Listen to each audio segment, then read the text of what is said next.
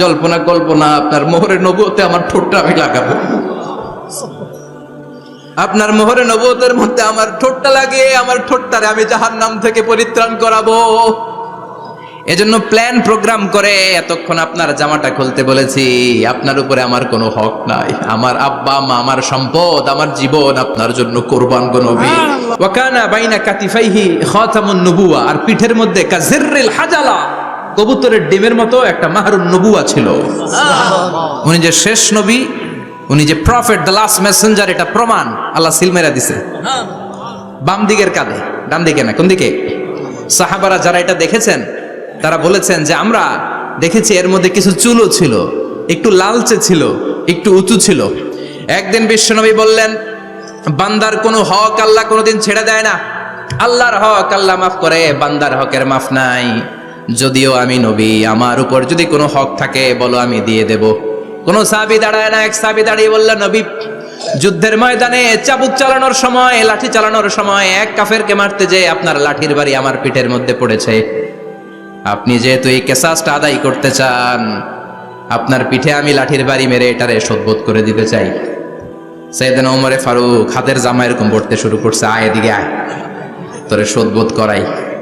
বিশ্বনবী বললেন, ওমর রাখো, এটা বান্দার হক, মিটাতে দাও। বিশ্বনবী বললেন, আসো তুমি এসে আমার পিঠে লাঠি দিয়ে চাবুক দিয়ে বাড়ি মারো। সাহাবী বলে, ও নবী, তখন দুর্ভিক্ষের সময়ের যুদ্ধ ছিল, আমাদের গায়ে জামা ছিল না। যখন আপনি আমার চাবুকটা পিঠের মধ্যে মেরেছেন, আমার পিঠে তখন জামা ছিল না। আপনি যদি যথা নিয়মে কেসাসটা আদায় করতে চান, আপনার জামাটা খুলেন, খালি পিঠের মধ্যে বাড়িটা মারিস।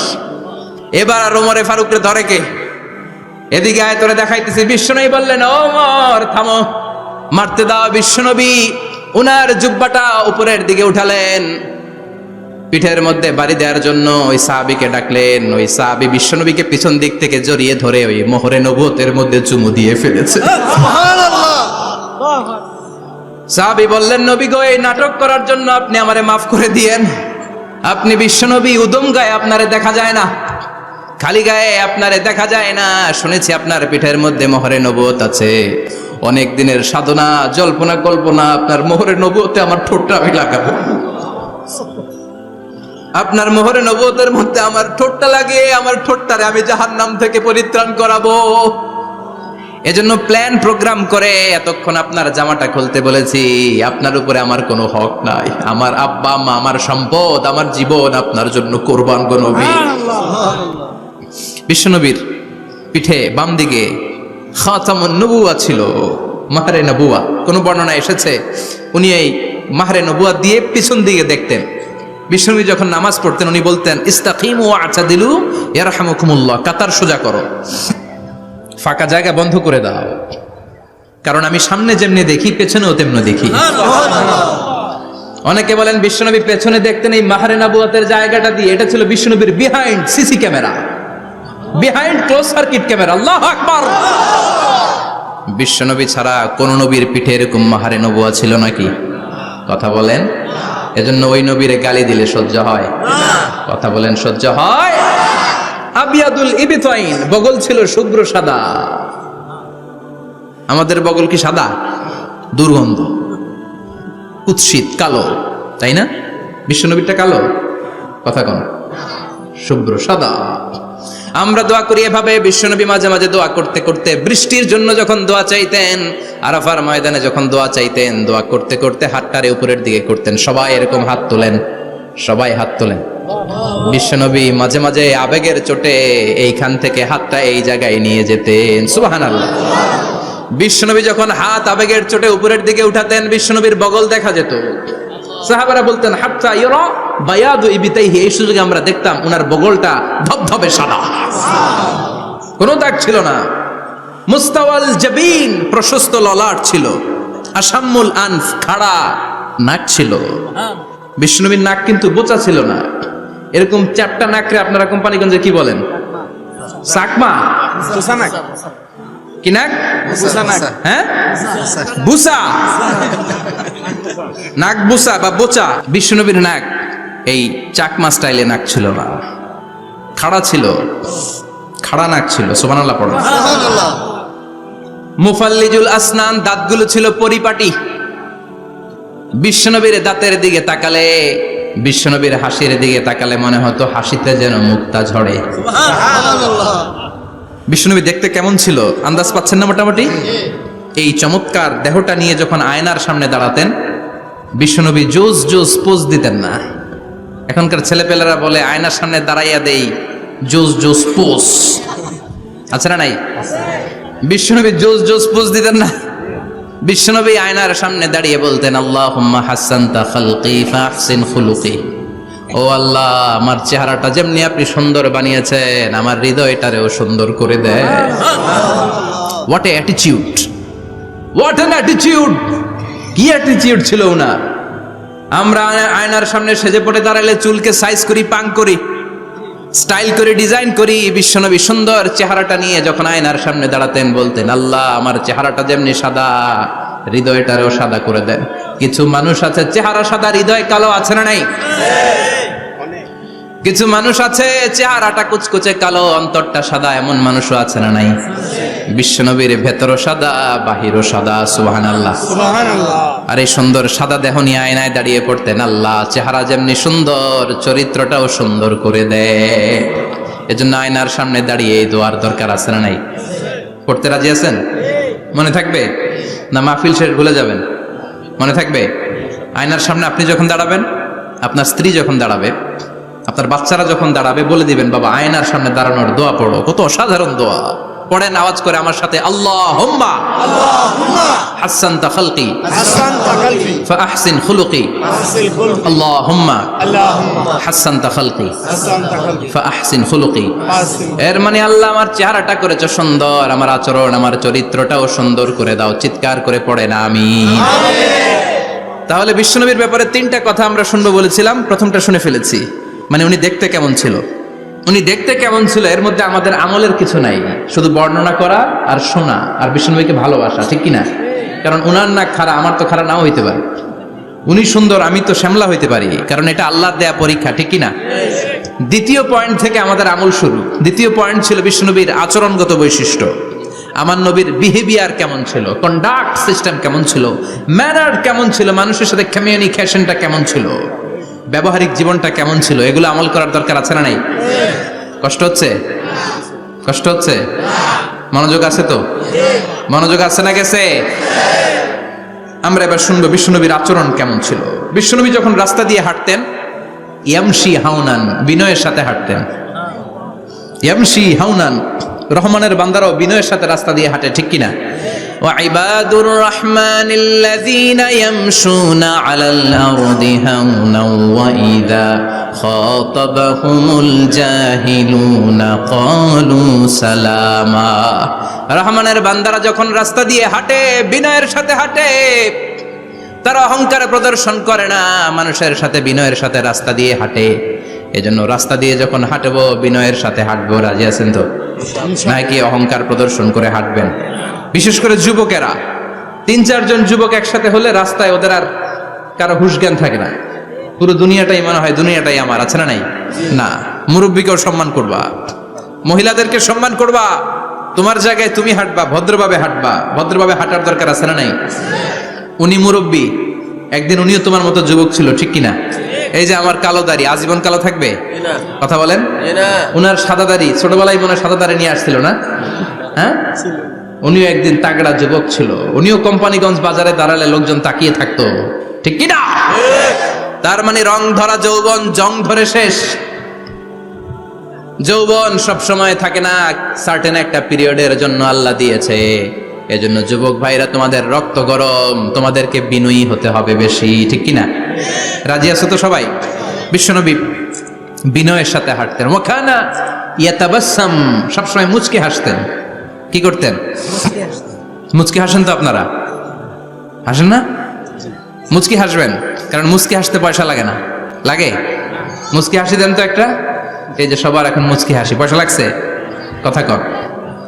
তাবাসসুমুকা ফি ওয়াজহি আখিকা সাদাকা, you would smile to your brother, it's a charity. তুমি তোমার ভাইয়ের দিকে তাকিয়ে যে মুচকি হাসবে, এত সদকা দেওয়ার সওয়াব হয়ে যাবে। সুবহানাল্লাহ।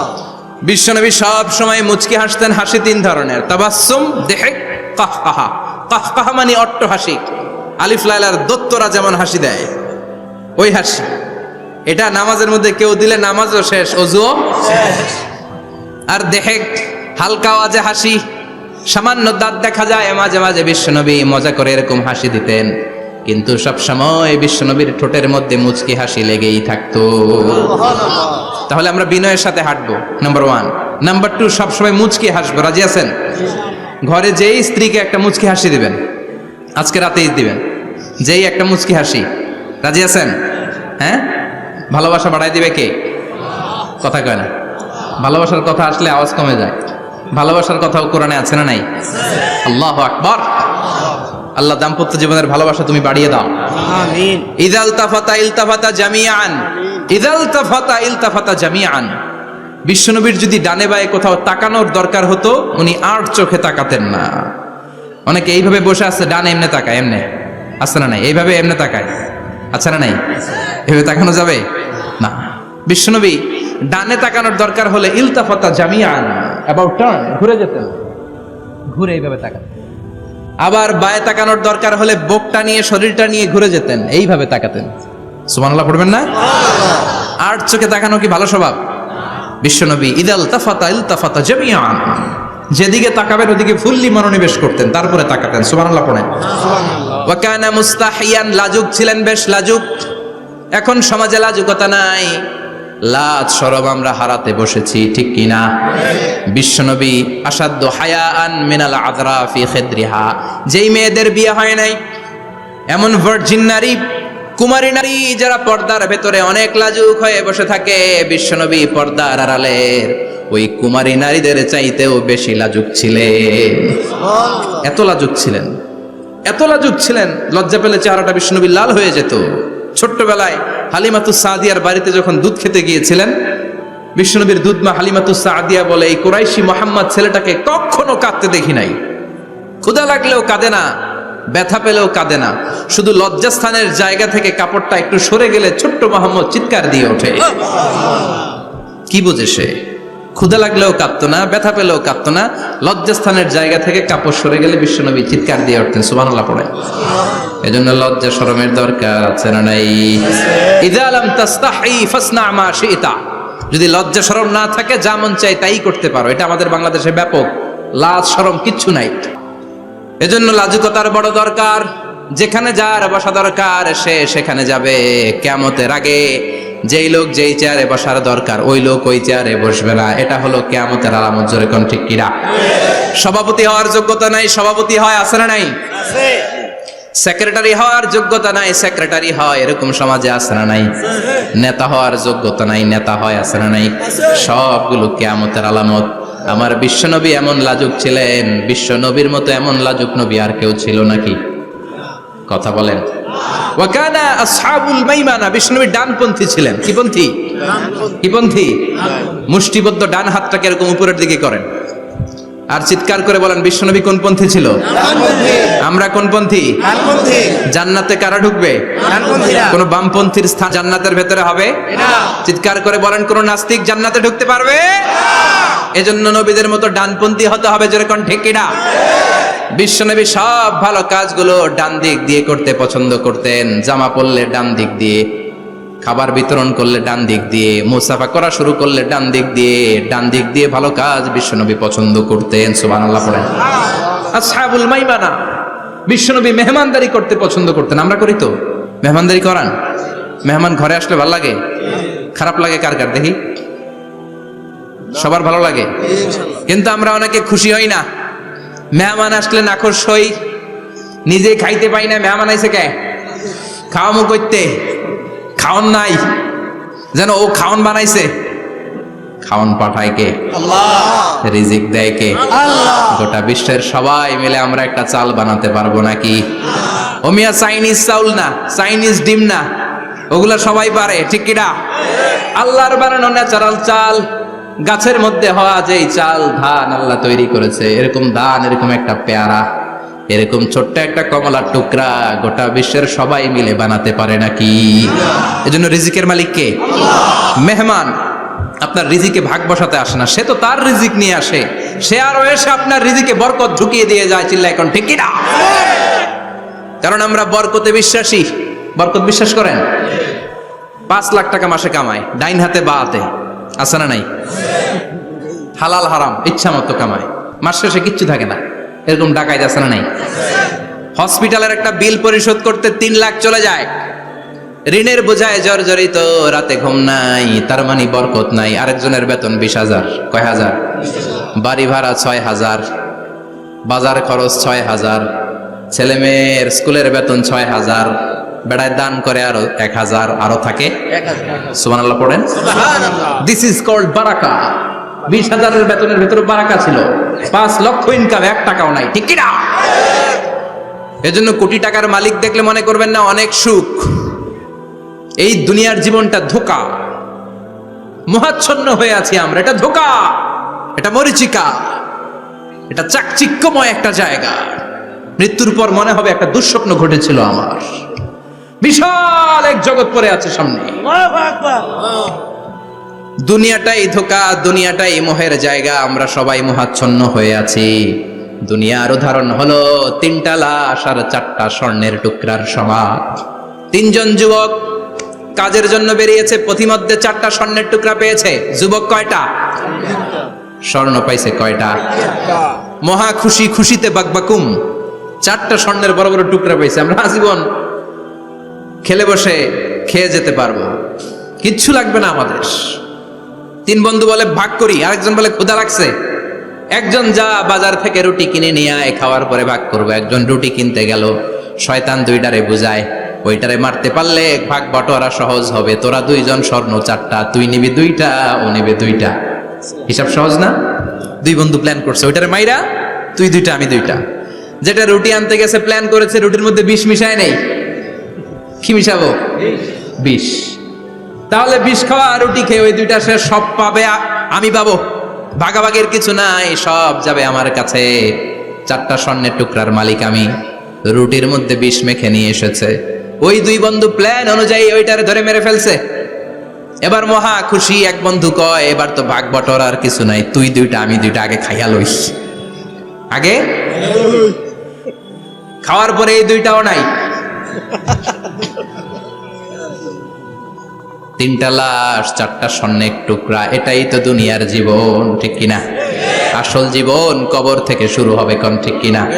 একদিন মাটির ভেতরে হবে ঘরে মন আমার, কেন বাঁধো দালান ঘরে মন আমার, কেন বাঁধো দালান ঘর, ঠিক কিনা? দুনিয়ার জীবন আসল জীবন না, এটা মরিচিকা, এটা ধোঁকা, এটা মোহ, এটা শয়তানের চাকচিক্য। আসল জীবন কবরের জীবন। আসল জীবন সামনে পড়ে আছে, এজন্য বরকতে বিশ্বাস করি আমরা, ঠিক কিনা? ল্যান্ড ক্রুজার দাপিয়ে বেড়ায়, বড় বড় টাওয়ারের মালিক, অনেক সম্পদের মালিক। এটা দেখেই মনে করবেন না অনেক সুখে আছে, ঘরে যেয়ে দেখেন কোনো সুখ নাই, ঠিক কিনা? সাধারণত টাকা যার বেশি, দুঃখ তার বেশি, টাকা যার কম, সুখ তার বেশি। সুবহানাল্লাহ পড়েন। সুবহানাল্লাহ। আল কানাআতু মিনাল ইসলাম। এজন্য আমার শ্রমিক ভাইয়েরা, আপনাদের 1 পা জান্নাতে এমনি ঢুকে আছে। নামাজ পড়বেন, মা বাবার খেদমত করবেন, ইসলামের নিয়মগুলো মানবেন, 2য় পাটাও জান্নাতে ঢুকায় দিবে কে? আল্লাহ। আর যারা কোটি কোটি টাকার পাহাড় বানিয়েছে, ওদের হিসাবের ফিরিস্তি অনেক বড়। বিশাল বাড়ির মালিক, ল্যান্ড ক্রুজার চালায়, সাবরোলেট চালায়, পোরশে, ফারারে, ল্যাম্বরগিনি চালায়, আছে না নাই? ঘরে সুখ নাই, রাতে ঘুম নাই, টেনশন আর টেনশন। 4টা ট্যাবলেট খেয়ে আধা ঘন্টা ঘুমাতে পারে না, এরকম ধনী আছে না নাই? সব ধনীরা আবার এক পাল্লায় মাইপেন না। মাথার ঘাম পায়ে ফেলে যেই ধনী ব্যবসায়ীরা বড়লোক হয়েছে, ওদের ঘরে ঠিকই শান্তি আছে। তার মানে টাকা যার বেশি, ওষুধ তার বেশি, কিচ্ছু খেতে পারে না। দেখবেন ধনীদের খাবারের ডায়েটে থাকে ভেজিটেবলস আইটেম, ঠিক কিনা? এমনি হজম হয় না, আবার ডাক্তারের কাছে গেলে বলে কিচ্ছু খাবেন না, খালি ঘাস খাবেন। কি খাবেন? মানে ভেজিটেবল খাবেন, সবজি খাবেন তো সুস্থ থাকবেন, আছে না নাই? ঘুম নাই, শান্তি নাই। এই যে কোম্পানিগঞ্জ বাজারের যারা কুলি মজুর শ্রমিক, এদের ঘুমে ঝামেলা আছে? কথা বলেন। ধনী পয়সাওয়ালা কোটিপতি, সে ঘুমের ট্যাবলেট খায়। ঘুমের জন্য যে ট্যাবলেট লাগে রিক্সাওয়ালা ওইটাই জানে না, ঠিক কিনা? হাজার কোটি টাকার মালিক হলে বাড়ি কিনা যায়, গাড়ি কিনা যায়, সুখ কিনা যায় না। কোম্পানিগঞ্জ বাজারে সুখ বিক্রি হয় এমন দোকান আছে নাকি? কথা কন, একটাও নেই। কি করলেন আপনারা? সুখের দোকান দিতে পারলেন না। কি আজীব তামাশা! টাকা দিয়ে সুখ কিনা যায় না, গাড়ি কিনা যায়, বাড়ি কিনা যায়, কিন্তু সুখ নো ওয়ে, কেনা যায় না। টাকা হলে জাজিম কিনা যায়, বালিশ কিনা যায়, ঘুম কিনা যায় না। ঘুম কিনা যায়? ফার্মেসিতে ডাক্তারের কাছে যে যদি বলেন 2000 টাকার ঘুম দেন, দিবে? ডাক্তার কি বলবে? দূর মিয়া, আমারই ঘুম আসে না, তোমারে আমি ঘুম বিক্রি করব। আচ্ছা না নাই? শ্রমিক ভাই, রিকশাওয়ালাদের ঘুমের ঝামেলা নাই। যেখানে রাই তো ওইখানে, যেখানে রাই তো ওইখানেই কাই। ওর মাথা লাগতে দেরি বিছানায়, নাক ডাকতে দেরি হয়, ওর নাকের ডাকের আওয়াজে ট্রাকের ইঞ্জিনও ফেল। ঠিক কিনা? এজন্য আমরা বরকতে বিশ্বাসী। অল্প খাবো, অল্প পড়বো, অল্প জমাবো, অল্পের ভেতরে বরকত দিয়েছে কে? এজন্য মেহমান আসলে বিশ্বনবী খুশি হতেন। আমরাও মেহমান আসলে খুশি হব। রাজি আছি না নাই? সবাই রাজি? মেহমানদারি করাবেন তো? এরপরে বিশ্বনবী ইনসাফ করতেন। কি করতেন?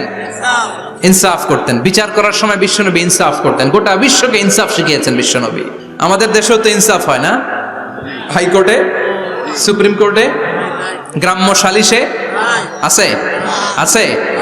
আহা, আহকামুল হাকিমিনের দরবারে সবগুলো বিচার আবার বসবে। চিল্লায় বলেন ঠিক কিনা? মিয়া, দুনিয়াতে বিচারপতি বিচারের রায় দেয়, ওই বিচারপতিরও বিচার আছে না নাই? সবচেয়ে বড় বিচারপতির নাম কি? বিশ্বনবী ইনসাফ করে গোটা বিশ্বকে দেখিয়ে গেলেন কেমন করে বিচার করতে হয়। বিশ্বনবীর কাছে কখনো বিচার আসলে বিশ্বনবী দুই পক্ষের কথা শুনে রায় দিতেন। পড়েন সুবহানাল্লাহ। সব সময় দুই পক্ষের কথা শুনে রায়। এখন কি দুই পক্ষকে সমান প্রিভিলেজ দেয়া হয়? কথা বলেন। কারণ কোরআন দিয়ে বিচার হয় না। কোরআন দিয়ে বিচার হোক আমরা চাই কি চাই না? আমার সংসদ ভবনের ভেতরে কোরআনের আইন দিয়ে সংসদ ভবন কায়েম হোক আমরা চাই কি চাই না? সেনাবাহিনীর ভেতরে দরবার হলগুলোতে যখন আলোচনা বসে কোরআন মাঝখানে থাকবে। চিল্লায় বলেন ঠিক কিনা? দেশের সবগুলো ক্যান্টনমেন্টের ভেতরে কোরআন থাকার দরকার আছে না নাই? সবগুলো আদালতের ভেতরে কোরআন থাকার দরকার আছে না নাই? কোরআনের আইন অনুযায়ী আমার দেশের সব নিয়ম কানুন চলবে আমরা চাই কি চাই না? এই কোরআনের আইনের বিরুদ্ধে যদি কোনো আইন পাশ করা হয় আমরা ওই আইনের বিরুদ্ধে চিৎকার করে বলেন ঠিক কিনা? আমরা এই কোরআনের জন্য সব বাজি রাখতে রাজি আছি। আমরা জীবন বাজি রাখতে রাজি আছি। আমরা দেহের তাজা রক্ত বিলিয়ে দিতে রাজি আছি। জোরে বলেন ঠিক কিনা? কোরআনের জন্য কে কে ময়দানে থাকতে রাজি আছেন? হাত উঁচু করে আল্লাহর দেখা।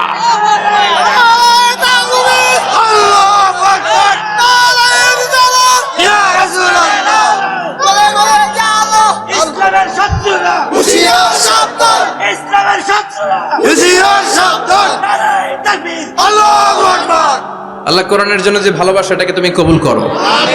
আমরা যেন দেখে যেতে পারি যে এই দেশে কালেমার পতাকা পতপত করে উড়েছে। আমরা যারা ইসলামের পক্ষে, এটাই আমাদের অপরাধ। আমরা ইসলামকে একটা বিজয়ী শক্তি হিসেবে দেখতে চাই। আমরা ইসলামকে পার্লামেন্টের ভেতরে দেখতে চাই। আমরা কালিমার পতাকা পতপত করে উঠছে এটা দেখে যেতে মরতে চাই। চিল্লায় বলেন ঠিক কিনা? বিশ্বনবী ইনসাফ শিখালেন। বিচার আসলে দুই পক্ষের কথা শুনতেন।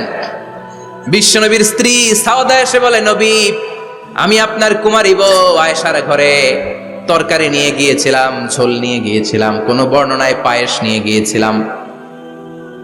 তরকারি দেওয়ার পরে আপনার স্ত্রী রেগে বলে, তরকারি দিলা কেন? আমি কি তরকারি রাঁধতে পারি না? আনলা কেন? রাগের চোটে তরকারির ঝোল নিয়ে পায়েস নিয়ে আমার গালের মধ্যে মাখিয়ে দিয়েছে আপনার বউ। আপনি তো শ্রেষ্ঠ বিচারক, ও নবী বিচার করে দেন। দুই বউয়ের মধ্যে ঝগড়া আছে না নাই? বিশ্বনবী সাউদার কথা শুনলেন, মা আয়েশাকে ডেকে পাঠালেন। মা আয়েশারে বললেন, ও আয়েশা, আসলে এমনটা করেছো নাকি?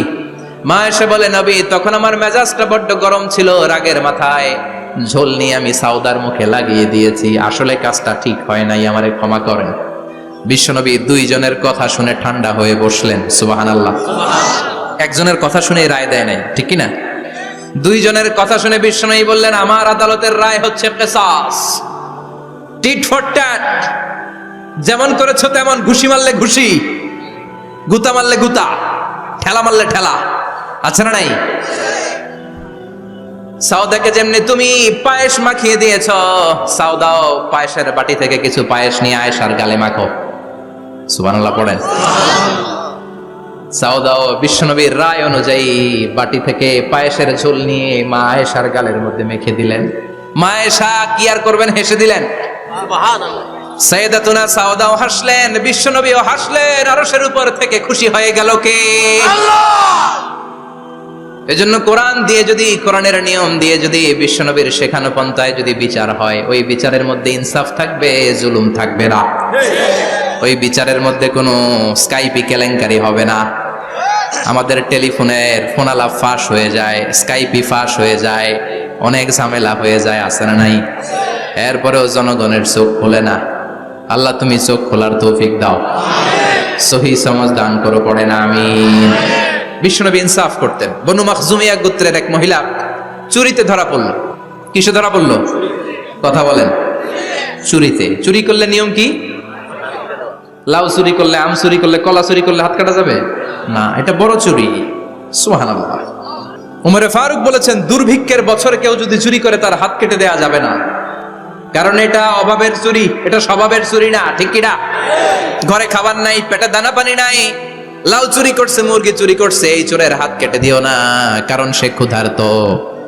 পেটে খাবার আছে, গায়ে জামা আছে, সমাজে সম্মান আছে, তারপরে পুরো দেশটা খেয়ে ফেলতে চায়, এরকম ডাকাত আছে না নাই? দেশের টাকা পাচার করে, ব্ল্যাক মানি করে, এরকম ডাকাত আছে না নাই?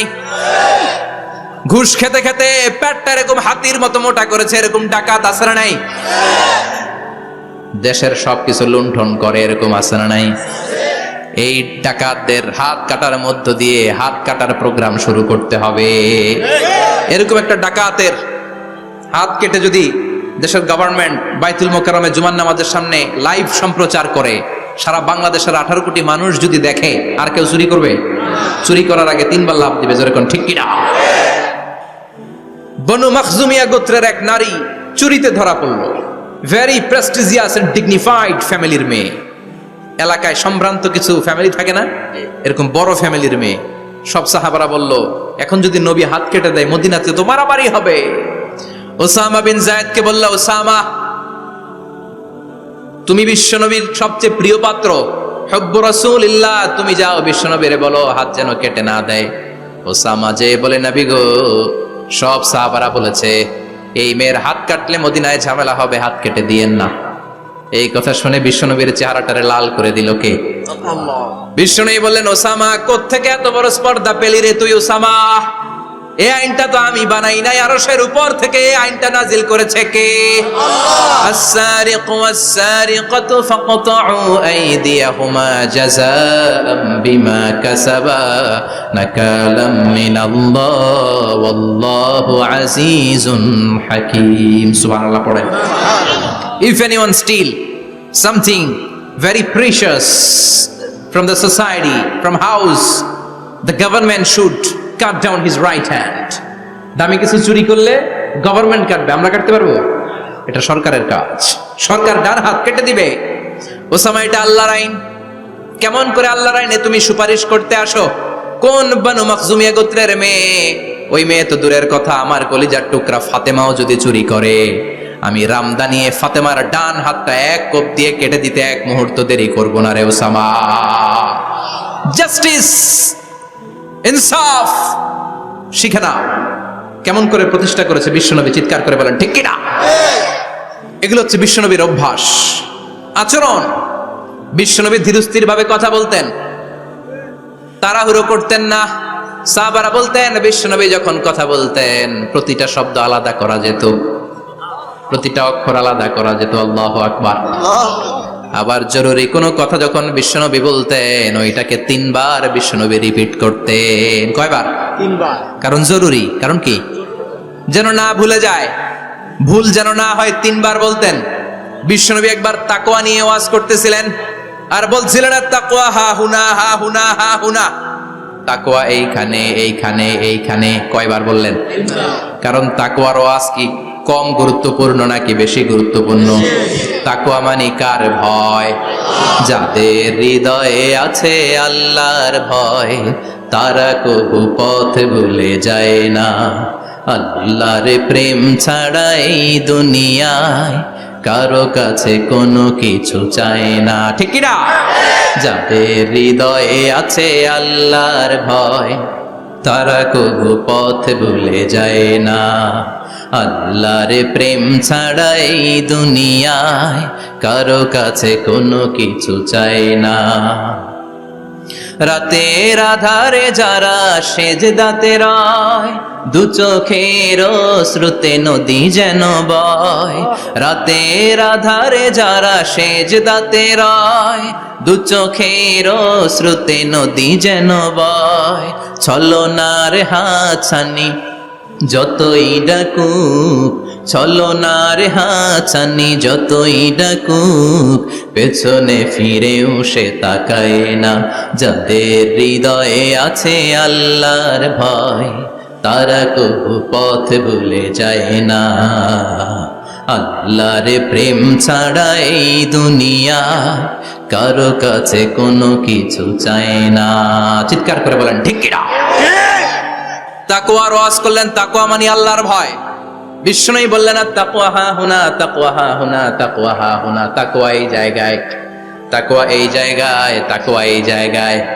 যেহেতু এটা গুরুত্বপূর্ণ, বিষ্ণুনবী 3 বার ইঙ্গিত করে বলেছেন। সুবহানাল্লাহ। বিষ্ণুনবী বলেন না তাকওয়া হা হুনা, তাকওয়া এইটা। বলেন না তাকওয়া হা হুনা, তাকওয়া এইটা। বলেন না তাকওয়া হা হুনা, তাকওয়া এইটা। জুব্বায় তাকওয়া, দাড়িতে তাকওয়া, টুপিতে তাকওয়া বলে নাই। তাকওয়ার আসল জায়গা হলো হৃদয়। এজন্য যাদের হৃদয়ে আল্লাহর ভয় আছে, তারা কোনোদিন পথ হারাতে পারে। তাদেরকে সিরাতুল মুস্তাকিমের উপর দায়েম রাখে কে? কি সুন্দর অভ্যাস ছিল বিশ্বনবীর, মানার দরকার আছে না নাই? বিশ্বনবীর আরেকটা অভ্যাস ছিল, বাসি খাবার খেতেন না, জানেন? বাসি খেতেন না, অল্প খেতেন, কিন্তু যেটা খেতেন ভালোটা খেতেন। অল্প খেতেন, কিন্তু যেটা খেতেন ভালো খেতেন। মধু খেতে পছন্দ করতেন, কিন্তু মধুর মধ্যে দুর্গন্ধওয়ালা একটা মধু আছে না, মাগাফির। বুখারীতে লম্বা ঘটনা, ওইদিকে যাব না। এই মাগাফিরের মধু উনি খেতে চাইতেন না। ভালো সুগন্ধিওয়ালা মধু তিনি বিশ্বনবী খেতে পছন্দ করতেন। বিশ্বনবীর খাবারের তালিকায় সবচেয়ে পছন্দনীয় তালিকায় ছিল এই মধু। মধু খেতেন, দুধ খেতেন, খেজুর খেতেন, জব খেতেন, বার্লি খেতেন, ছাগলের বাজুর মাংস খেতে পছন্দ করতেন, সিনার মাংস। সুবহানাল্লাহ কইবেন না? What a choice! কি চয়েস ছিল বিশ্বনবীর! বাজুর মাংস খেতেন। বিশ্বনবী লাউ খেতে পছন্দ করতেন, লাউ। রুম্মান ফল খেতে পছন্দ করতেন, রুম্মান মানে ডালিম। রুম্মান মানে কি? ডালিম খেতে পছন্দ করতেন। মাশরুম খেতে পছন্দ করতেন। সুবহানাল্লাহ পড়েন। মাশরুমের স্যুপ পাওয়া যায় না রেস্টুরেন্টে? বিশ্বনবী বলতেন আল কামআতু মিনাল মান্নি ওয়া মাউহা শিফাউন লিল আইন। এই কামআ মানে মাশরুম, ব্যাঙের ছাতা, এটা হলো মান্না সালোয়ার মতো দামি খাবার। আর এই মাশরুমের স্যুপ চোখের জন্য মহৌষধ। যাদের রাতকানা দিনকানা আছে, মাশরুমের স্যুপ খান, চোখ ভালো করে দিবে কে?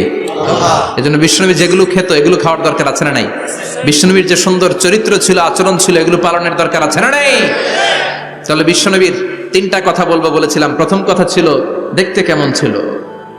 অনেক কথা, এত বলা যাবে না, সংক্ষেপে বললাম যে বিশ্বনবীর আচরণ কেমন ছিল। এখন শুনবো, শেষ কথা বলে যাই, বিশ্বনবীর ইন্টেলেকচুয়াল পাওয়ার কেমন ছিল, ওনার বুদ্ধিমত্তা কেমন ছিল।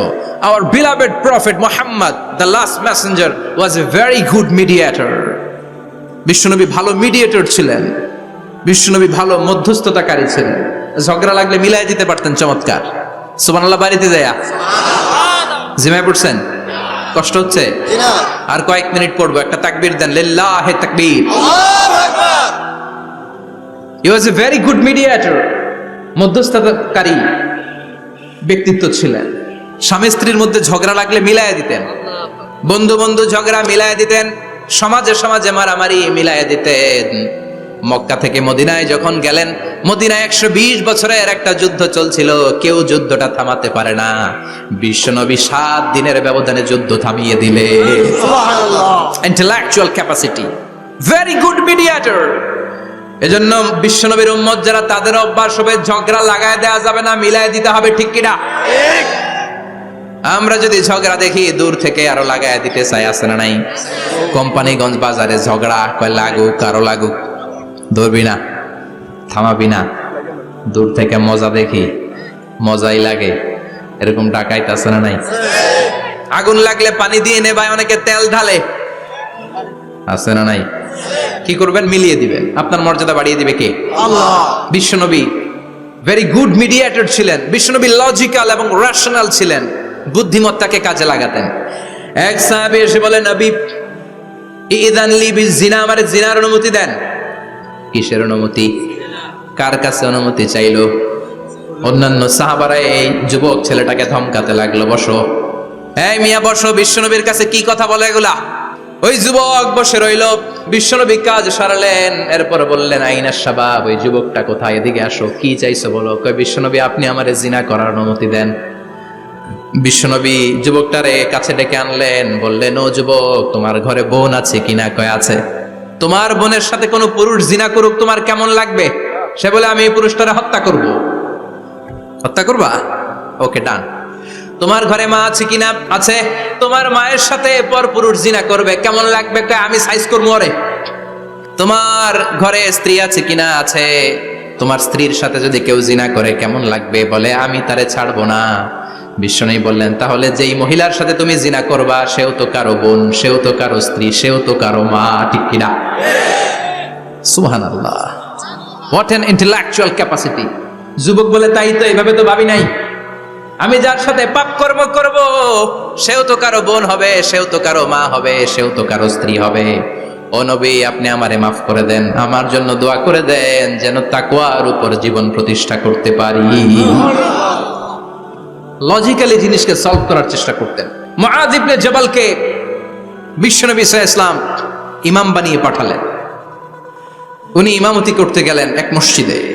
মাগরিবের সালাতে উনি লম্বা কেরাত ধরলেন। এশার নামাজ শুরু করলেন সূরা বাকারা দিয়ে, কোরআনের সবচেয়ে ছোট সূরা। হ্যাঁ, বড়? কত বড়? বিশাল বড়। এখন ওই এলাকার মুসল্লিরা ছিল কৃষক মুসল্লি। এক কৃষক মুসল্লি সাহাবী নামাজের পেছনে দাঁড়ালেন, দেখলেন বাকারা দিয়ে দৌড়ছে, কেরাত শেষ হয় না, আর দাঁড়িয়ে থাকতে পারে না, পায়ে ব্যথা করে, পিঠে ব্যথা করে। কিছুক্ষণ পর রেগে মেগে নামাজ ছেড়ে দিয়ে বারান্দায় নামাজ পড়ে বিশ্বনবীর কাছে বিচার দিতে গেলেন। যে বললেন, নবী এমন ইমাম পাঠাইছেন এশা পরে বাকারা দিয়া। বিশ্বনবীকে সর্বনাশ, মুআয তো বেজাল লাগায় ফেলতেছে। ডেকে পাঠালেন, সহিহ বুখারীর বর্ণনা। বিশ্বনবী বললেন, মুআয, হোয়াট আর ইউ ডুইং দেয়ার? কি করছো তুমি সেখানে? আফাতানুন আনতা ইয়া মুআয, ও মুআয, তুমি কি ফিতনা বাজাও নাকি? তুমি কি ফিতনা ছড়াচ্ছ নাকি? খেটে খাওয়া মানুষ, কৃষক মানুষ, মাঝারি সাইজের কত সুন্দর সূরা আছে, ওয়াদ-দুহা ওয়াল-লাইলি ইযা সাজা, আল কারিআতু মাল কারিআ, আসনানাই, আলহাকুমুত তাকাসুর, আসনানাই। এগুলো দিয়ে না পড়ে বড় বড় সূরাতুল্লাহ কেন্দ্রে মুআয, আফাতানুন আনতা ইয়া মুআয, তোমারে কি আমি অ্যাপয়েন্টমেন্ট দিছি তুমি ফিতনা বাজাবা? খবরদার মুআয, ইয়াসসিরু ওয়ালা তুআসসিরু, ইসলামকে মানুষের কাছে সহজ করে উপস্থাপন করবা। বাশশিরু ওয়ালা তুনাফিরু, ইসলামকে এমন ভাবে উপস্থাপন করবা না যে তোমার কথা শুনে মানুষ দিন থেকে ভেগে ভেগে যায়। তাহলে এই দায়ভার ইসলামের নয়, এই দায়ভার বর্তাবে তোমার কাঁধের উপর। চিৎকার করে বলেন ঠিক কিনা? আমাদের মধ্যে অনেকে ইসলামকে অনেক কঠিন করে ফেলে, মানুষকে আশার বাণী শোনায় না। কই এমনি না বললে আপনার বাদ, আপনি বেদাত করছেন, আপনি শিরক করছেন, আপনার কিচ্ছু হবে না।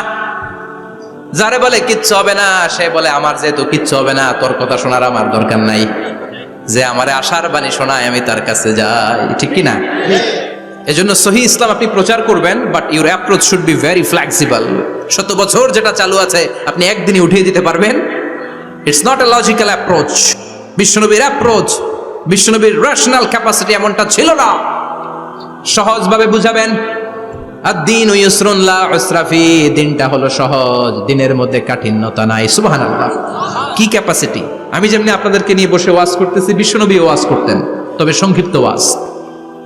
আমরা আধা ঘন্টা করে যদি রাখতে চাই, হুজুর আরো আধা ঘন্টা করেন, তো আরো আধ ঘন্টা করে যদি শেষ করতে চাই, হুজুর আর 10 মিনিট করেন। হুজুর ওয়াজ অনেক টেস্ট লাগে, হুজুর নামাজ টেস্ট লাগে না।